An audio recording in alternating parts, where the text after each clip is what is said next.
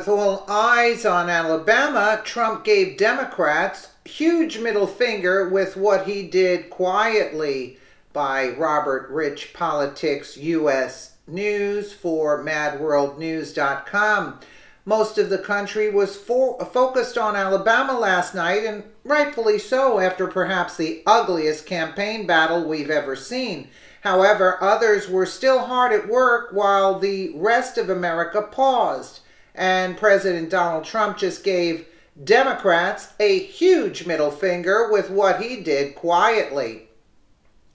The left was recently responsible for some of the most disgusting, dirty, and vile tactics we've ever seen during a campaign. Sadly, they were successful, as Democrat Doug Jones was able to puff off a narrow victory over Republican Roy Moore. Of course, we'll just have to wait and see how those sexual assault allegations against Moore go now that the election is over. In the opinion of many, now that the left no longer needs them, the accusers and their claims will just fade away with nothing becoming of them whatsoever. You know, kind of like what happened with Herman Cain.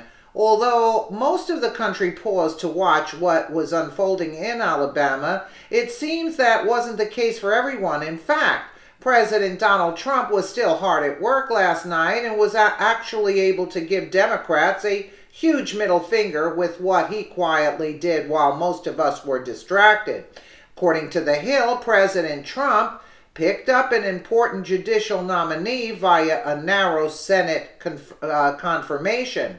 At the end of the day, Trump managed to slip another right-leaning judge into the federal court system, which can only help our country in the long run.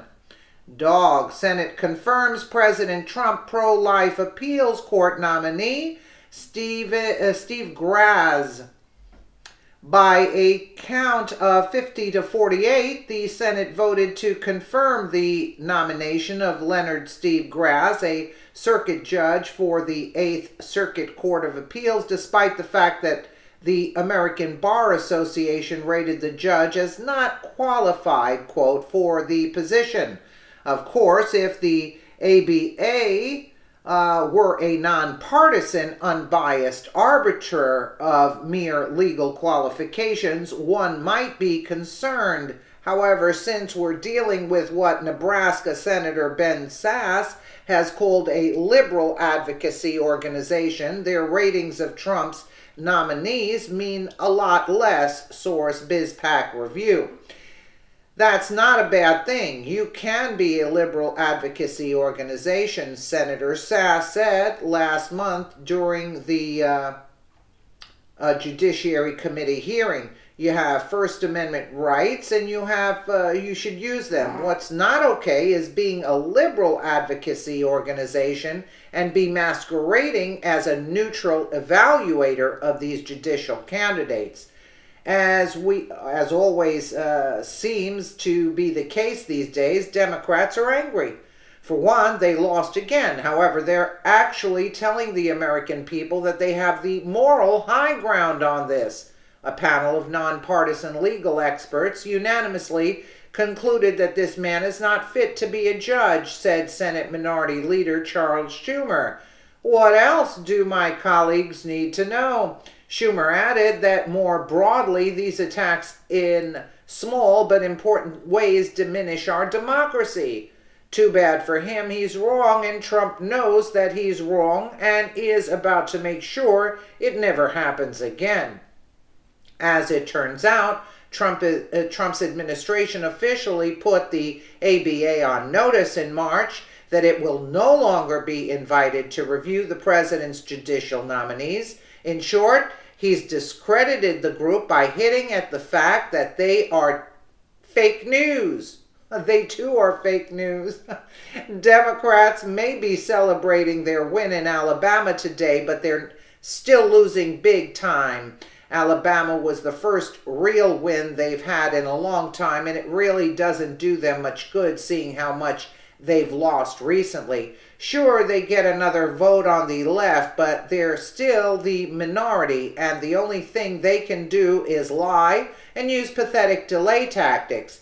The end is near for Democrats, and although they may be loud and boisterous, all we're really hearing is the death rattles of a dying party. Absolutely. And Moore is pulling a Hillary, like I said on my other vid, that I found out, and I said, good for him. He should actually investigate. Why just give up? I'm more than sure there was a lot of voter fraud. Don't just walk away and give it to them. And another thing is that, yes, these accusers of Roy Moore, I wonder if we're going to hear any more about these accusers. Maybe because if he challenges the outcome of the election. But if he didn't challenge the outcome, I'm more than sure they wouldn't have any use for them anymore, and they'd fade into the woodwork. You know what I'm saying? It's really disgusting. It's really disgusting with these what these Democrats are pulling.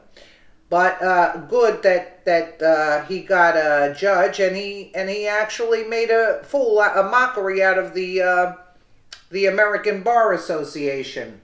Let me know what you guys think in the comments below. And again, thank you so much for watching.